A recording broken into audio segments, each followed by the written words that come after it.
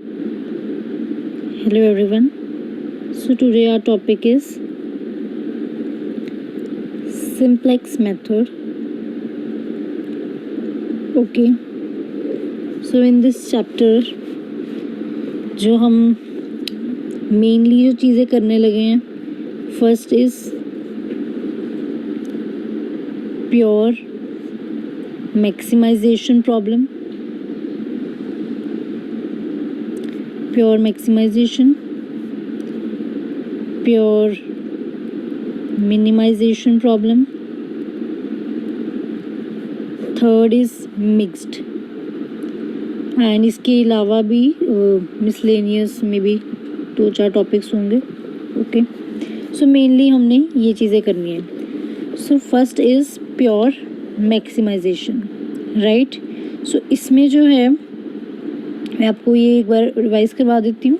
Main जो चीज़ें यहाँ पर हैं प्योर मैक्सिमाइजेशन प्रॉब्लम में, एक तो हमारा ऑब्वियसली ऑब्जेक्टिव फंक्शन में हमारा मैक्सिमाइजेशन होना ज़रूरी है, राइट. एंड ऑब्जेक्टिव फंक्शन में मैक्सिमाइजेशन प्रॉब्लम होनी ज़रूरी है. एंड इसके बाद जो है ऑब्जेक्टिव फंक्शन में मैक्सिमाइजेशन होना ज़रूरी है. और जो हमारे कंस्ट्रेंट्स हैं, सारे कंस्ट्रेंट्स इस टाइप के होने चाहिए, ठीक है, इस टाइप की इनइक्वालिटी के होने चाहिए. एंड जो हमारा कोफिशिएंट में अब बेसिकली अब इसमें हम we will introduce in this type of problem we will introduce slack variables, right. And here जो हमारे कोफिशिएंट होगा इन स्लैक वेरिएबल का ऑब्जेक्टिव फंक्शन में जो कोफिशिएंट है वो रहेगा 0, एंड कॉन्स्ट्रेंट्स में जो इसका कोफिशिएंट रहेगा दैट विल बी +1, राइट. सो ये हमारा यहाँ पर है. इसके बाद जो नेक्स्ट है that is pure minimization problem. अब यहाँ पर ऑब्वियसली हमारा ऑब्जेक्टिव फंक्शन में मिनिमाइजेशन होना चाहिए, ठीक है.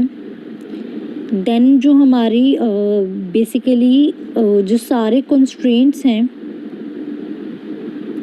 That must be of this inequality, इस टाइप के होने चाहिए, ठीक है. एंड यहाँ पर अब हम अगर इस तरीके के हमारे आते हैं तो we will introduce artificial as well as surplus variable.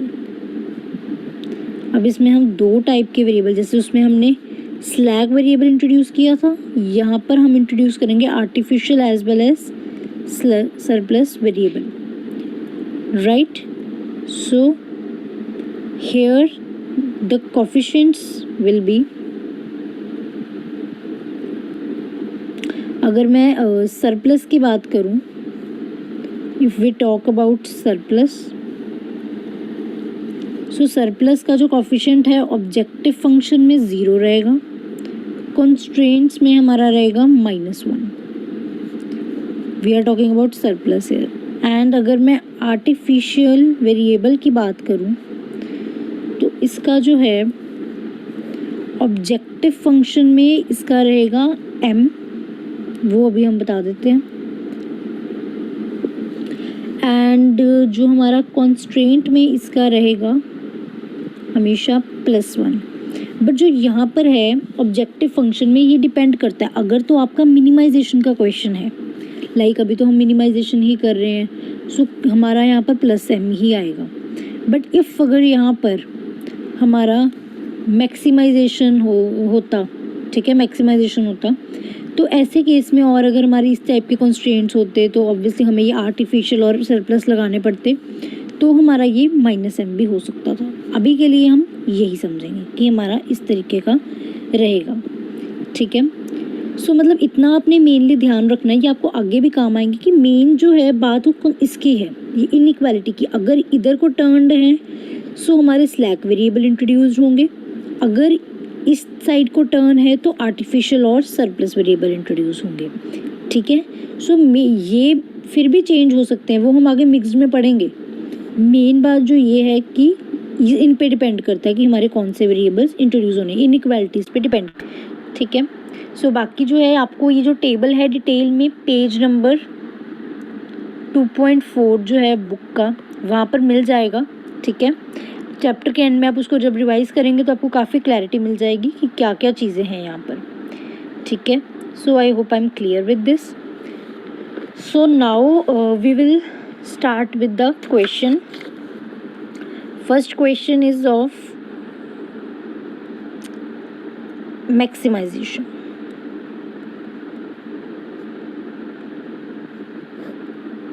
Okay. Yes, so हमारा मैंने यहाँ पर एग्जाम्पल 2 ली है बुक की।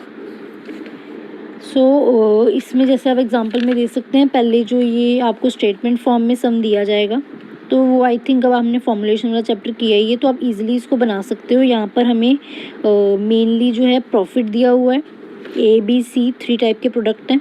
सो हमने प्रॉफिट को मैक्सिमाइज़ करना है, तो मैंने maximize Z is equal to 500x1 और 600x2 सिमिलरली उस तरीके से यहाँ पर लिख लिया है, आप देख सकते हैं। एंड हमें ये कुछ कंस्ट्रेंट्स दिए गए हैं प्लैटिनम और गोल्ड की रिक्वायरमेंट के, और नीचे बताया हुआ है उनकी डेली रिक्वायरमेंट की लिमिट 160 एंड 120 है। सो इस तरीके से ही मैंने ये 2x1 4x2 ये इस तरीके से मैंने बना लिया हुआ है, ठीक है, कि मैक्सिमम रिक्वायरमेंट प्लैटिनम की 160 है तो मैंने 160 तक कर दिया, एंड गोल्ड की 120 है तो इधर 120 तक। तो मैंने वो ये आपको आता है कि हमने कैसे ये बनानी है शुरू में। अब मेन हमने क्वेश्चन कैसे करना है। अब ये हमें क्वेश्चन गिवन है, आप देख सकते हो हमारे पास 2 कंस्ट्रेंट्स हैं यहाँ पर, ठीक है। इसको नहीं काउंट करते, ये तो जस्ट वो बताते हैं कि ये पॉजिटिव है सारी वैल्यूज़। सो ये जो मेनली मेरे यहाँ पर 2 कंस्ट्रेंट्स दिखाई दे रहे हैं, एंड एक ये जो मेरा है मैक्सिमाइजेशन z का फंक्शन है। अब हम लोग इसको कैसे करेंगे ये आप देख लीजिए। सो जैसे मैंने आपको बताया कि क्वेश्चन मैक्सिमाइजेशन का है, तो रूल्स पे आते हैं। प्योर मैक्सिमाइजेशन के क्वेश्चन में पहली बात तो रिक्वायरमेंट क्या है, ऑब्जेक्टिव मैक्सिमाइजेशन का हो, मैक्सिमाइजेशन का है, कंस्ट्रेंट सारे इसी इनइक्वालिटी के हों। तो हमारे जो दोनों कंस्ट्रेंट्स है वो इस इनइक्वालिटी, इसको नहीं काउंट करना, ये जस्ट एक बताने के लिए होता है कि ये पॉजिटिव वैल्यूज़ हैं, दोनों कंस्ट्रेंट इसी इनइक्वालिटी के हैं। सो मतलब सिचुएशन सेटिस्फाई हो रही, तो मतलब अब यहाँ पर हमें स्लैक वेरिएबल इंट्रोड्यूस करना है। सो स्लैक वेरिएबल जो है वो कोफिशिएंट में, मतलब बेसिकली ऑब्जेक्टिव फंक्शन में, तो वो 0 कोफिशिएंट के साथ ऐड होगा। मतलब कि हम यहाँ पर ही ये जो मेरा दिया हुआ है इसमें ही मैं ऐड अप कर लूँगी 0।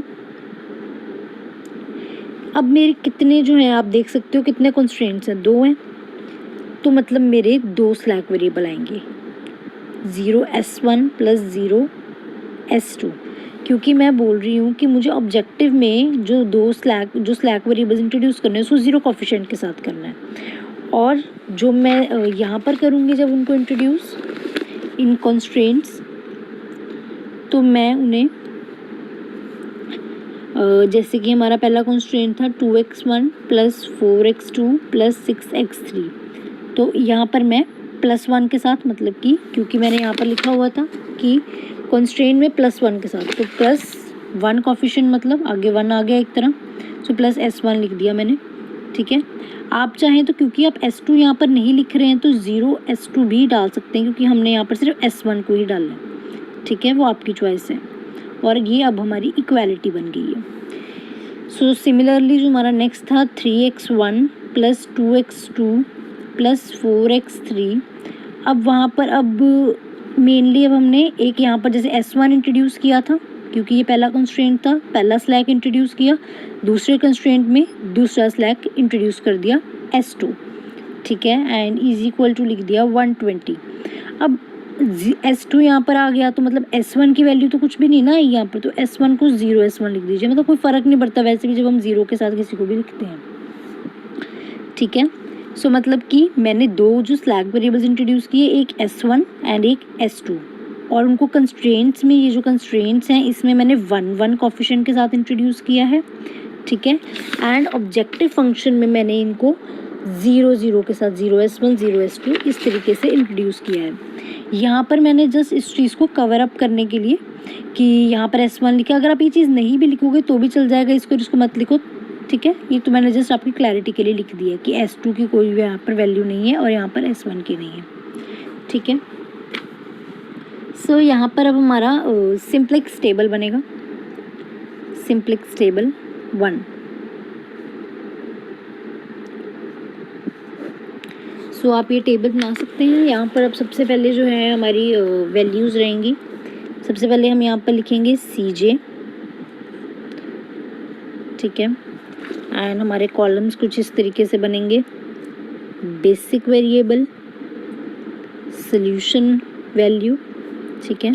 देन हमारे जितने भी यहाँ पर दिए हुए हैं x1, x2, x3, s1, s2, ये हमने सारे जो वेरिएबल्स हैं उतार लेने हैं, x1, x2, x3, s1, s2, और एक कॉलम बनेगा लास्ट में मिनिमम रेशियो का। सो यहाँ पर हमने ये उतार लेने हैं। बेसिक वेरिएबल अब यहाँ पर जो हैं उधर तो हमने सारे बेसिक वेरिएबल उतार लिए ना, x1, x2, x3, s1, s2 जितने भी हैं। ऑब्जेक्टिव फंक्शन से आप देख के उतार सकते हैं clearly, x1, x2, x3, s1, s2 मैंने उतार लिए। और जो यहाँ पर बेसिक वेरिएबल के बेसिकली जो नीचे उतारने हैं वो सिर्फ हमने ये जो मेन को छोड़ के जो बाकी नए इंट्रोड्यूस किए हैं वो वाले लिखने हैं सिर्फ। कौन कौन से? s1 एंड s2 अपने लिख लेना है, ठीक है। सो अब मुझे यहाँ पर जो है बीच में जो वैल्यूज़ डालनी है वो डालनी है बेसिकली जो यहाँ पर आपने ऊपर जो ऑब्जेक्टिव फंक्शन था, ऑब्जेक्टिव फंक्शन जैसे कि हमारा यहाँ पर लिखा हुआ है 500x1, we can clearly see यहाँ पर जो है वैल्यू 500, 6 मतलब x1 के ऊपर ऑब्जेक्टिव फंक्शन में 500 है। सो यहाँ पर हम 500 लिख सकते हैं, इधर 600, 1200, 0, 0। सो हमारी वैल्यूज़ आ जाएंगी 600, 1200, 0, 0। सो मैंने जो भी ऑब्जेक्टिव फंक्शन में था वो सारे कोफिशिएंट यहाँ पर लिख दिए हैं। एंड सिमिलरली इधर जो है हमारे क्या कहते हैं कॉन्स्टेंट, अब s1 s2 के सामने यहाँ पर क्या था 0, 0, तो इधर भी मैंने 0, 0 उतार लेना है, ठीक है।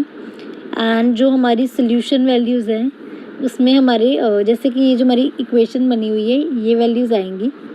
सबसे पहले जो यहाँ पर 2x1 है तो मैंने यहाँ पर 2 लिख लिया।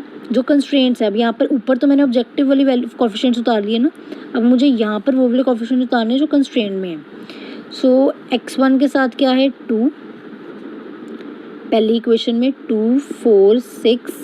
अब s1 के साथ 1 कोफिशिएंट है, s2 के साथ कुछ भी नहीं है, ये 0 है कह सकते हैं। सो सिमिलरली सेकेंड इक्वेशन में 3, 2, 4, 0 एंड 1 आ जाएगा, ठीक है। एंड सोल्यूशन जो आंसर्स हैं हमारे यहाँ पर 160 एंड 120, वो हम सोल्यूशन वैल्यू में 160 एंड 120 भी लिख देंगे, ठीक है। सो यहाँ पर एक हमने अब बनाना है ZJ इसके बाद, ठीक है। ZJ क्या होता है? ZJ इज मतलब कि जो यहाँ पर हमें वैल्यू दी जाएगी इसको अगर हम जो भी हमारी इधर वैल्यूज़ लिखी हुई हैं पूरे रो में उनके साथ मल्टीप्लाई एंड ऐड करेंगे। जैसे 0 इंटू 160 प्लस 0 इंटू 120 तो 0 आ जाएगा, मतलब फॉर्मूला बन गया this multiply this plus this multiply this, ठीक है। जैसे ये 0 into 2 plus 0 into 3 0, similarly 0 into 4 plus 0 into 2 0। तो मतलब अगर यहाँ पर अभी तो 0 ही आएंगे आंसर, अब नेक्स्ट टेबल में चेंज हो जाएंगे, वो आप देख लेना कैसे होंगे। सो अभी ZJ की वैल्यू सारी ज़ीरोज़ आ गई, CJ की वैल्यू तो दी हुई है, ZJ की 0 आ गई, तो अब मेरे को निकालना है CJ माइनस ZJ। अब वो कैसे आएगा? CJ 500, ZJ 0 है, 500 माइनस 0 500, 600, 1200 एंड यहाँ पर 0 एंड 0 आ जाएगा, ठीक है। सो सिंस ये क्वेश्चन हमारा है मिनिमाइजेशन का है तो यहाँ पर जो कंडीशन है आंसर की ये है कि जो सारी वैल्यूज़ होनी चाहिए, बिकॉज ये हमारा क्वेश्चन बेसिकली सॉरी मैक्सिमाइजेशन का जो क्वेश्चन है हमारा। सो यहाँ पर जो एंड में कंडीशन है कि जो सोल्यूशन जो आएगा कि वो कब आएगा, जब हमारी CJ माइनस ZJ की सारी वैल्यूज़ जो हैं या तो 0 होंगी या फिर नेगेटिव होंगी, ठीक है। और अगर ये वाला जो प्योर मिनिमाइजेशन का है यहाँ पर सोल्यूशन कब आएगा, जब सारी वैल्यूज़ ज़ीरो और पॉजिटिव होंगी। ठीक है, मतलब उल्टा सोचना है कि मैक्सिमाइजेशन है तो ज़ीरो और नेगेटिव आंसर चाहिए, मिनिमाइजेशन है तो ज़ीरो और पॉजिटिव आंसर चाहिए। ठीक है, अब जो यहाँ पर हमारे सी जे माइनस जेड जे की वैल्यूज़ आ रही तो सारी पॉजिटिव आ रही है, हमें आंसर यहाँ पर क्या चाहिए था, ज़ीरो और नेगेटिव। तो मतलब सबसे ज़्यादा जो हाईएस्ट पॉजिटिव वैल्यू है उसको ढूंढेंगे, कौन सी है, ये। तो इस पर एक एरो बना लीजिए। ठीक है, अब ये जो मैंने एरो बनाया है ये मेरा हो गया की कॉलम, इसको क्या बोलेंगे, की कॉलम, राइट। सो मेरे को की कॉलम मिल गया है मेरा। अब मुझे क्या करना है, मिनिमम रेशियो का एक फॉर्मूला है। अब मिनिमम रेशियो का एक जो फॉर्मूला है वो मैं आपको इधर नीचे लिख भी देती हूँ चाहे। मिनिमम रेशियो का फॉर्मूला होता है सॉल्यूशन वैल्यू डिवाइडेड बाय की कॉलम। सो सॉल्यूशन वैल्यू जैसे 160 है और की कॉलम मेरा क्या आया है, ये। सो 160 डिवाइड बाय अगर मैं 6 करती हूँ तो मेरी वैल्यू जो आ जाएगी 26.67 आ जाएगी। ठीक है, नेक्स्ट जो है यहाँ पर मेरा सॉल्यूशन क्या था, 120। अब इसको यही की रो के जो ये वाले एलिमेंट से कॉरस्पॉन्डिंग डिवाइड करूँगी, 120 divide by 4 is equal to 30। ठीक है, क्योंकि मेरे यहाँ पर दो ही सॉल्यूशन थे तो यहाँ पर बस दो ही हमने लिखने हैं। अब इनमें से मुझे जो वैल्यू चूज़ करनी होती है वो होती है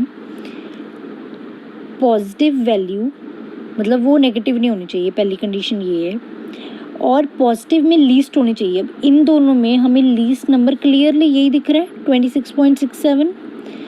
ठीक है, मतलब लीस्ट पॉजिटिव वैल्यू, तो आंसर जो आना चाहिए that would be least positive value. मैं ऊपर आपके लिए लिख देती हूँ। सो अब ये जो मेरा 26.67 है ये क्लियरली मेरी वो हो गई है,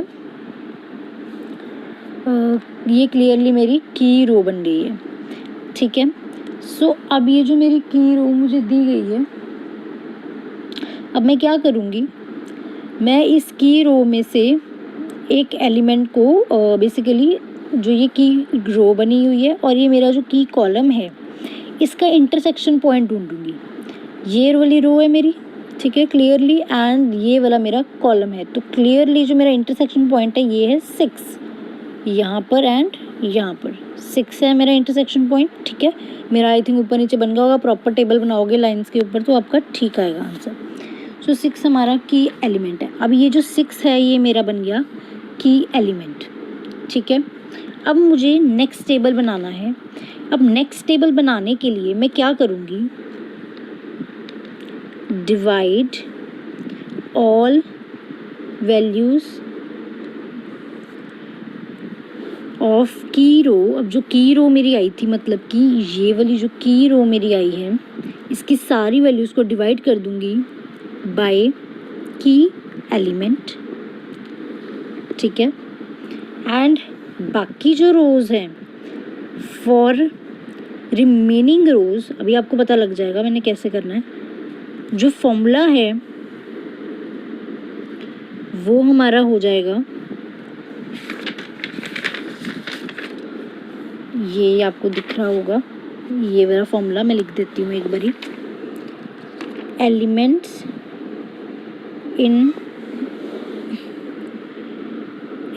इन ओल्ड रो माइनस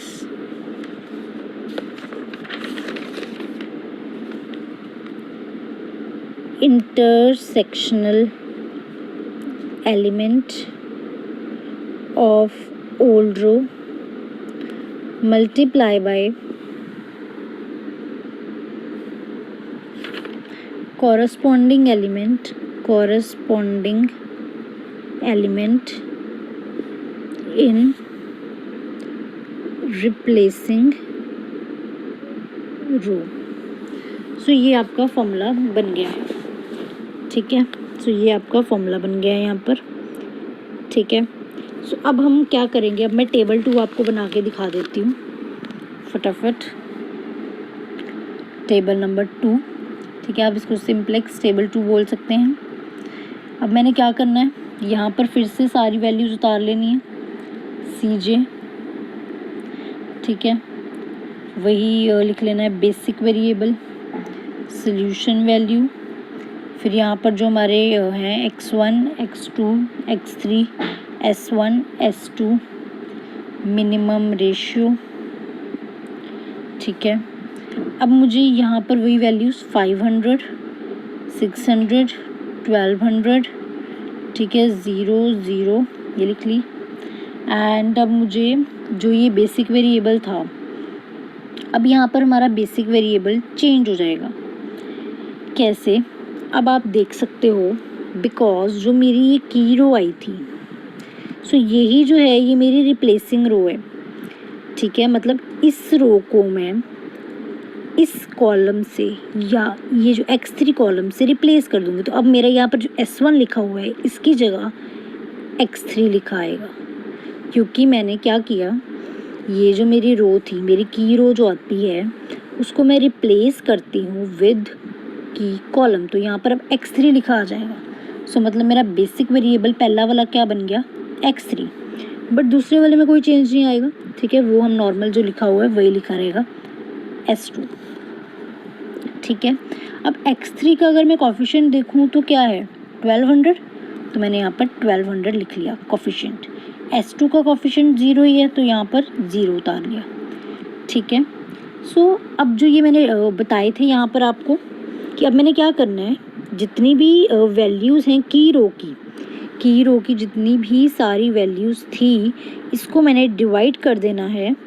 ठीक है, इसको डिवाइड कर देना है बाय की एलिमेंट। जो की एलिमेंट 6 था तो ये पूरी रो को 6 से डिवाइड कर दो। सो हमारे आंसर्स जो हैं होंगे वो आ जाएंगे, after dividing this 160 divided by 6, right, 1/3। यहाँ पर हमें जो है बिकॉज 2 दिया हुआ है, सो 2/6 तो 1/3 हो गया, 4/6 2/3, 6/6 1, सो इधर 1/6 इस तरीके से एलिमेंट्स आ जाएंगे, 1/3, 2/3, 1, 1/6 एंड यहाँ पर हमारा आ जाएगा 0, बिकॉज 0 को किसी से भी डिवाइड करेंगे 0 ही रहेगा। अब जो ये वाली रो है इसके एलिमेंट्स कैसे आएंगे, जो मैंने अभी फॉर्मूला लिखा है रिमेनिंग रोज के लिए। ठीक है, उस रिमेनिंग रोज के लिए फॉर्मूला है एलिमेंट्स इन ओल्ड रो। सो इसके लिए जो हमारा फॉर्मूला है बेसिकली वो है elements in old row. Old row में क्या एलिमेंट थे, मतलब कि ये जो हमारी सेकंड वाली रो जो अभी हमने बनानी है, जब ये पिछले टेबल में इसमें एलिमेंट क्या थे। सो मतलब कि अगर मैं यहाँ से स्टार्ट करूँ तो पहला एलिमेंट 120 था, राइट, तो मैं यहाँ पर लिख लेती हूँ 120। ठीक है, एंड अब मेरा जो फॉर्मूला है नेक्स्ट है इंटरसेक्शनल एलिमेंट ऑफ ओल्ड रो। अब यही जो ओल्ड रो है इसका इंटरसेक्शनल एलिमेंट क्या था, मतलब कि अगर मैं इसको लूँ तो मतलब कि यहाँ पर इंटरसेक्शनल एलिमेंट 4 आ रहा है ना, मतलब जो ऊपर हमारा इंटरसेक्शनल एलिमेंट आ रहा होता है उसके कॉरस्पॉन्डिंग, क्योंकि हमने इसी रो में देखना है इंटरसेक्शनल एलिमेंट क्या है, 4 है। ठीक है, मतलब इसके बेसिकली जो मेन नीचे वाला होगा। ठीक है, सो यहाँ पर अब हमारा 4 आ जाएगा। ध्यान रहे मैंने ये वाला एलिमेंट नहीं उठाना, मैं ओल्ड रो की बात कर रही हूँ, एलिमेंट्स इन ओल्ड रो। कोई भी एलिमेंट, ये जैसे अगर मैं इसमें वैल्यू निकालनी तो मैंने ये 120 लिखा, माइनस इंटरसेक्शनल एलिमेंट तो इसके नीचे वाला ये हो जाएगा, intersectional element of old row multiply by corresponding element in replacing row. अब जो रिप्लेस करके रो आई है, अब रिप्लेस करके तो न्यू वाली रो यही आई है। ठीक है, इसमें यहाँ पर क्या वैल्यू है, क्योंकि मैं इसकी वैल्यू निकाल रही हूँ एस बी के नीचे वाली, तो यहाँ पर एस बी के नीचे जो वैल्यू निकली है वो क्या आई है, 160 डिवाइडेड बाय 6। तो मुझे इसको 160 डिवाइडेड बाय 6 से डिवाइड करना है। ठीक है, तो अब यहाँ पर हम क्लियरली देख सकते हैं ये 2 हो जाएगा, ये मेरा 3 हो जाएगा। ठीक है, सो हमारी जो वैल्यू है वो कटिंग करने के बाद आ जाएगी यहाँ पर, जैसे ये 120 माइनस बन जाएगा मेरा 320 डिवाइडेड बाय 3। सो ये मेरा यहाँ पर क्लियरली ये 360 माइनस 320 डिवाइडेड बाय 3, तो ये हमारा 40/3 हो जाएगा। तो आप चाहे यहाँ पर 40/3 लिख सकते हैं। सो सिमिलरली बाकी एलिमेंट्स भी आ जाएंगे। एक एलिमेंट मैं आपको और निकाल के दिखा देती हूँ। जैसे ये मैंने अगर ये एलिमेंट निकाला सो सेकंड एलिमेंट अगर मैं निकालना चाहती हूँ यहाँ पर जो अब ये वाली रिमेनिंग रो थी, इसका एक अब नेक्स्ट एलिमेंट क्या है 3। सो मैंने क्या लिखा, एलिमेंट इन ओल्ड रो लिख लिया जिसके मेरे को वैल्यू निकालनी है। सो यहाँ पर मुझे क्या करना है, मैंने अब ये जो नेक्स्ट एलिमेंट इसकी वैल्यू जो निकालनी है, तो मैं देखूँगी कि यहाँ पर पुराने टेबल में क्या वैल्यू थी, x1 के नीचे ये वाली रो में, या तो यहाँ थी 3। सो मैंने 3 लिख लिया माइनस, अब ये एलिमेंट हमेशा सेम ही रहेगा, अब यहाँ पर 4 ही आएगा। क्यों? क्योंकि अब ये जो मेरा इंटरसेक्शनल एलिमेंट है वो तो अब सेम ही रहेगा ना, इंटरसेक्शनल एलिमेंट तो ये जो 6 के नीचे वाला ही आएगा, हमेशा 4 ही आएगा। सो ये 4 ही लिख दिया। अब नेक्स्ट है corresponding element in replacing row. अब जो रिप्लेसिंग रो मेरी आई है, ये जो रिप्लेस करके जो रो आई है, इसमें इसके कॉरस्पॉन्डिंग कौन सा एलिमेंट है, कॉरस्पॉन्डिंग यही है 1/3। अगर मुझे ये वैल्यू निकालनी है तो इसके कॉरस्पॉन्डिंग न्यू एलिमेंट ये आ रहा है 1/3। सो मुझे 1/3 से इसको मल्टीप्लाई करना है, तो 3 - 4/3। सो ये हमारी वैल्यू आ जाएगी क्लियरली 5/3। तो मैंने यहाँ पर आंसर लिख दिया 5/3। इसी तरीके से आपकी बाकी वैल्यूज़ भी आ जाएंगी, जैसे कि -4/6, 0, -2/3, 1। ठीक है। सो इसमें अब हम क्या करेंगे, then we will find ZJ again. ZJ कैसे आता है, मैंने बताया था this multiply this plus this multiply this. अब 1200 × 160 डिवाइडेड बाई 6 प्लस 0 × दिस। अब 0 × दिस तो 0 ही होगा, तो हम सिर्फ इसको ही करेंगे। 1200 × 160 डिवाइडेड बाई 6, तो हमारी जो यहाँ पर ZJ की वैल्यूज़ आ जाएंगी दैट विल बी 400। ठीक है। सो क्योंकि यहाँ पर ये हमारा 200 हो जाएगा। सो एक सेकेंड रुको,